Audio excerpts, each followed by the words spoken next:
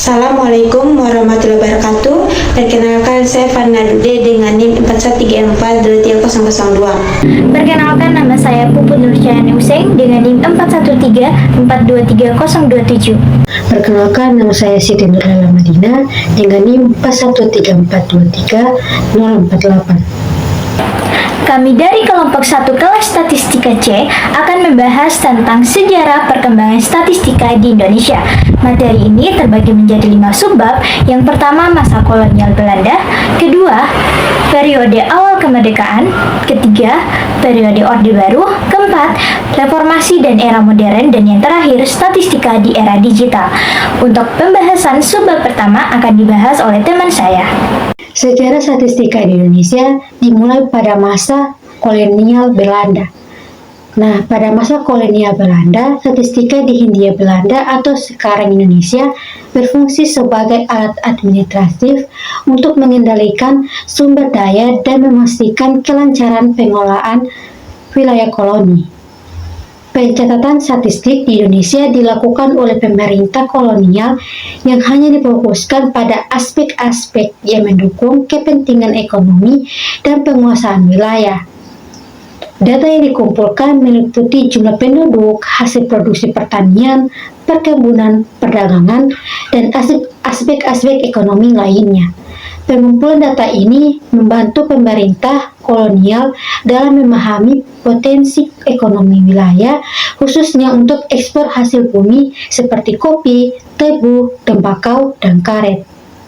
Pada tahun 1920, Belanda mendirikan Instituut voor de Statistiek in Nederlands Indie atau Institut Statistik di Hindia Belanda, yang menjadi lembaga resmi untuk mengkoordinasikan semua kegiatan statistik di wilayah tersebut. Lembaga ini bertanggung jawab atas pelaksanaan sensus penduduk, pengumpulan data ekonomi, serta pencatatan produksi, stok pertanian dan perkebunan. Meskipun data statistik yang dikumpulkan masih terbatas pada kepentingan administrasi kolonial, pendataan ini menciptakan fondasi awal bagi perkembangan statistik di Indonesia. Selain itu, sensus penduduk yang pertama kali dilaksanakan di Hindia Belanda pada tahun 1930 merupakan langkah besar yang menghasilkan data demografis tentang jumlah penduduk, komposisi etnis, agama, serta suatu pekerjaan.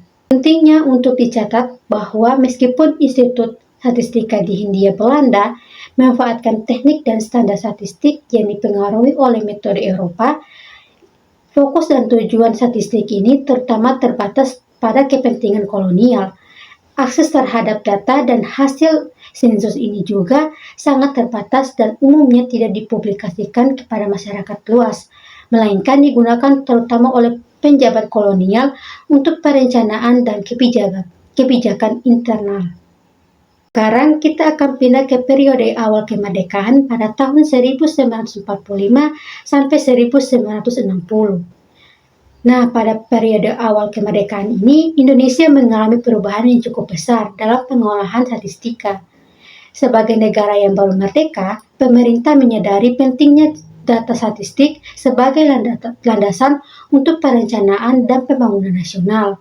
Data yang akurat dan terkini diperlukan untuk memahami kondisi sosial dan ekonomi masyarakat, yang menjadi dasar untuk menyusun kebijakan yang tepat, guna, dan efisien. Pada masa ini, statistika mulai berperan sebagai alat penting dalam merencanakan pembangunan serta mendukung pemerintahan yang baru terbentuk dalam mengidentifikasi kebutuhan dan potensi yang dimiliki oleh suatu bangsa. Untuk memenuhi kebutuhan tersebut, pemerintah Indonesia mendirikan Biro Pusat Statistik pada tahun 1957 dan yang kemudian dikenal dengan nama Badan Pusat Statistik atau BPS. BPS menjadi lembaga resmi yang bertanggung jawab atas pengumpulan, pengolahan, dan publikasi data statistik nasional. Dalam pendirian BPS merupakan langkah signifikan dalam penyusunan sistem statistik nasional yang lebih terkoordinasi dan terpadu, berbeda dari periode kolonial sebelumnya, di mana data dikumpulkan oleh berbagai oleh berbagai departemen secara terpisah tanpa koordinasi yang jelas. Tugas utama dari BPS ini pada masa ini mencakup perencanaan dan pelaksanaan kegiatan statistik seperti sensus dan survei yang dianggap penting untuk mendukung perumusan kebijakan publik. Salah satu kegiatan utama BPS adalah pelaksanaan sensus penduduk dan sensus pertanian yang bertujuan untuk mengumpulkan database data dasar mengenai jumlah komposisi penduduk, distribusi lahan pertanian, hasil pertanian, serta berbagai aspek ekonomi yang mendukung ketahanan pangan. Sensus penduduk ini memberikan gambaran lengkap tentang demografi Indonesia, termasuk informasi mengenai struktur usia, tingkat pendidikan, mata pencarian, serta distribusi geografi penduduk. Nah, dalam data ini sangat penting bagi pemerintah untuk merancang program pendidikan, kesehatan, dan pekerjaan. Selain sensus, BPS juga mengumpulkan data statistik ekonomi dan industri, termasuk data perdagangan, produksi, serta indikator ekonomi yang penting yang lainnya. Pengumpulan data ekonomi ini membantu pemerintah untuk memahami kondisi ekonomi nasional dan menilai apakah perkembangan industri yang menjadi sektor vital dalam ekonomi negara. Pada saat yang bersamaan, data ini juga digunakan untuk menyusun kebijakan ekonomi yang mendukung industrialisasi dan modernisasi sektor ekonomi. Upaya BPS dalam mengembangkan kegiatan statistik pada periode ini didukung oleh bantuan teknik dan kerjasama internasional, seperti bantuan dari PBB dan lembaga internasional lainnya. Kolaborasi ini membantu BPS dalam memperkenalkan metode dan standar statistik yang lebih modern dan sesuai dengan standar internasional. Statistika pada masa Orde Baru mengalami perkembangan pesat dan diterapkan secara luas dalam mendukung perencanaan dan evaluasi pembangunan nasional. Pembangunan tersebut dijadikan sebagai prioritas utama melalui program Repelita Rencana Pembangunan 5 Tahun untuk meningkatkan kesejahteraan masyarakat dan memodernisasi sektor-sektor ekonomi strategis. Program ini menuntut ketersediaan data yang akurat untuk mengukur pencapaian, menentukan sasaran, serta menilai efektivitas kebijakan. BPS juga mulai memainkan peran penting dengan memperluas lingkup survei dan sensusnya, seperti di bidang sosial, ekonomi, kesehatan, dan pendidikan untuk mendukung tujuan pembangunan nasional tersebut. Salah satu inovasi signifikan BPS adalah pelaksanaan Susenas, Survei Sosial Ekonomi Nasional yang dimulai pada tahun 1963. Susenas ini dirancang untuk mengumpulkan data tentang berbagai aspek kehidupan sosial ekonomi masyarakat seperti tingkat kemiskinan, pengeluaran rumah tangga, tingkat pendidikan, serta akses terhadap layanan masyarakat. Data ini memberikan informasi penting untuk menentukan indikator pembangunan manusia serta memantau kesejahteraan rakyat secara keseluruhan. Selain Susenas, BPS juga mulai melaksanakan berbagai survei dan sensus lainnya seperti sensus pertanian dan sensus ekonomi. Hal ini untuk melacak pertumbuhan dan perkembangan sektor pertanian dan industri, serta merancang program-program spesifik seperti pembangunan infrastruktur, pemberdayaan petani, dan dukungan kepada sektor industri. Sejalan dengan kemajuan statistik global, metode statistika yang digunakan oleh BPS terus diperbarui sesuai dengan standar internasional. Hal ini dilakukan untuk menghasilkan data yang lebih berkualitas.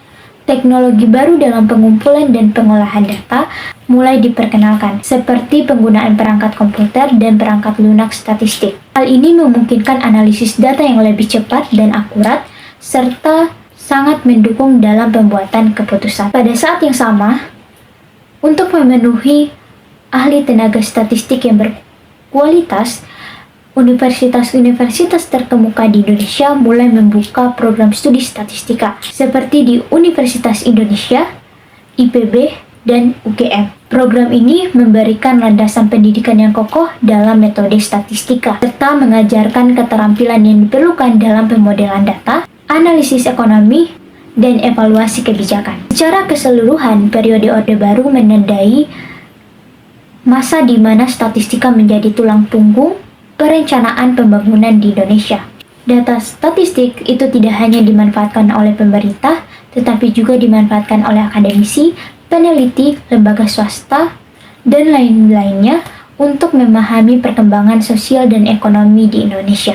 Masuk pada era reformasi dan era modern, masa di mana Indonesia mengalami transformasi besar dalam cara data digunakan dan data diakses. Berakhirnya Orde Baru, tuntutan masyarakat terhadap transparansi dan akuntabilitas mulai meningkat tajam.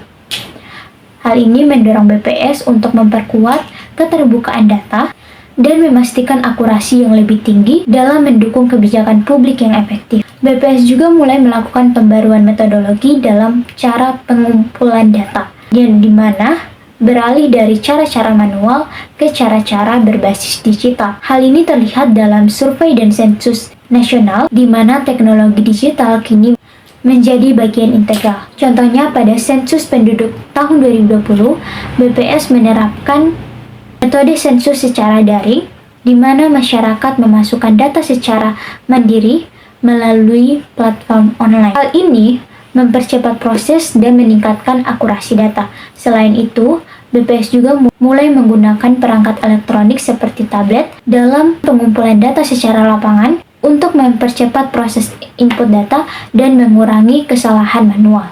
Teknologi informasi yang semakin maju juga mendorong BPS dan institusi lainnya untuk mengadopsi pendekatan big data dan data science. Melalui kolaborasi sektor teknologi, data yang berasal dari berbagai sumber seperti transaksi e-commerce, telekomunikasi, dan media sosial ini diproses menggunakan metode big data untuk melengkapi dan memperkaya data survei tradisional. Pendekatan ini memungkinkan BPS dan kementerian terkait untuk menganalisis tren sosial dan ekonomi dengan lebih cepat dan merespon perubahan dinamika masyarakat secara real time, seperti memantau inflasi harga produk atau memetakan mobilitas penduduk selama pandemi COVID-19.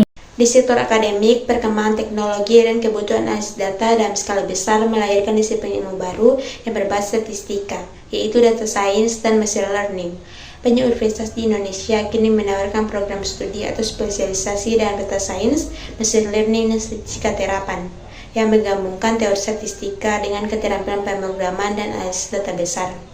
Kurikulum ini dirancang untuk melatih mahasiswa dalam metode pemodelan data lanjutan, pemrosesan big data, analisis jaringan, dan teknik machine learning, menjawab permintaan pasar akan profesional yang ahli dalam analisis data. Lulusan program ini berperan penting dalam berbagai sektor, termasuk bisnis, teknologi, kesehatan, dan pemerintahan. Penerapan statistika di sektor industri dan bisnis semakin luas dengan munculnya analisis berbasis data untuk mendukung strategi perusahaan. Dalam sektor keuangan, misalnya perusahaan menggunakan model statistik untuk menganalisis risiko, peramalan pasar, dan evaluasi kredit. Di bidang kesehatan, statistika digunakan untuk pemantauan penyakit, pengembangan vaksin, dan analisis kesehatan populasi, terutama pada masa pandemi. Dengan meningkatnya keterbukaan data dan teknologi yang terus berkembang, era modern menjadikan statistika sebagai dasar pengambilan keputusan yang jauh lebih kompleks dan mendalam di Indonesia. Dukungan data yang lebih lengkap dan berkualitas tinggi mendorong pemerintah, akademisi, dan masyarakat untuk mengadopsi pendekatan berbasis bukti dalam menyelesaikan berbagai masalah sosial dan ekonomi, dan menjadikan statistika alat vital dalam membangun Indonesia yang lebih modern dan adaptif di era digital. Statistika di era digital. Di era digital, statistika telah berkembang menjadi pilar utama dalam analisis big data yang memainkan peran penting di berbagai sektor. Penggunaan data besar dalam kesehatan, pendidikan, lingkungan, dan bisnis memungkinkan analisis lebih mendalam untuk mendukung keputusan yang lebih tepat dan berbasis bukti. Data yang dihasilkan dari interaksi digital seperti media sosial, transaksi online, perangkat IoT atau Internet of Things memberikan sumber informasi yang kaya untuk dianalisis menggunakan metode statistika modern. Teknik statistik seperti analisis regresi, clustering, machine learning, dan algoritma pemudahan canggih kini diterapkan untuk mengolah volume data besar yang terus bertambah setiap harinya. Badan Pusat Statistik atau BPS beradaptasi dengan era ini dengan memanfaatkan teknologi Geographic Information System atau GIS dan data satelit untuk pemetaan serta analisis spesial. Teknologi GIS memungkinkan BPS untuk memetakan berbagai data sosial ekonomi berdasarkan wilayah geografis tertentu, memberikan gambaran yang lebih akurat mengenai persebaran penduduk, tingkat kemiskinan, infrastruktur, dan kondisi lingkungan di seluruh Indonesia. Data satelit juga memberikan kemampuan untuk membantu kondisi wilayah secara real time, seperti perubahan lahan, pola pertanian, serta dampak bencana alam. Data spasial ini sangat penting dalam perencanaan kebijakan regional dan nasional, khususnya dalam penentuan area yang membutuhkan intervensi tertentu seperti peningkatan fasilitas kesehatan, pendidikan, atau perbaikan infrastruktur. Kolaborasi antara BPS, institusi akademik, dan berbagai organisasi semakin memperkuat pengembangan data dan statistik di Indonesia. Institusi akademik menyediakan tenaga ahli dan penelitian yang berfokus pada peningkatan metode analisis data seperti machine learning dan algoritma pengolahan data besar. Bersama-sama, mereka bekerja untuk meningkatkan kualitas data melalui pengembangan metodologi yang lebih baik dan memanfaatkan teknologi pengolahan data yang terbaru. Kolaborasi ini juga menciptakan kesempatan bagi mahasiswa dan peneliti untuk terlibat dalam proyek-proyek yang bermanfaat bagi kebijakan publik, mempercepat adopsi data sains dan statistika dalam menu pembangunan. Di sisi lain, sektor publik dan swasta mulai mengadopsi pendekatan kebijakan berbasis bukti yang didukung oleh data yang lebih komprehensif. Dalam kesehatan, misalnya data besar digunakan untuk memantau penyebaran penyakit, mengidentifikasi risiko kesehatan di berbagai wilayah, dan merancang intervensi yang tepat sasaran. Di sektor pendidikan, data digunakan untuk mengevaluasi dan merencanakan program pendidikan yang lebih efektif, terutama dalam memantau capaian siswa dan kesenjangan pendidikan antar wilayah. Sementara itu, di sektor lingkungan, data dari satelit dan sensor dapat membantu mengidentifikasi wilayah yang terkena dampak perubahan iklim atau kebakaran hutan, yang kemudian dapat mendorong tindakan pencegahan lebih lanjut. Secara keseluruhan, era digital memperkuat peran statistika sebagai fondasi dalam analisis data besar dan menjadi landasan utama dalam pembuatan kebijakan dan strategi bisnis berbasis data. Inovasi dalam teknologi informasi seperti GIS, Big Data Analytics, dan Machine Learning tidak hanya mempercepat pengolahan data yang kompleks, tetapi juga memberikan wawasan lebih mendalam dalam memahami pola dan dinamika sosial ekonomi di Indonesia. Itu tadi penjelasan materi tentang sejarah statistika di Indonesia. Semoga ilmu ini bermanfaat untuk kita semua. Sekian dari kelompok kami. Assalamualaikum warahmatullahi wabarakatuh.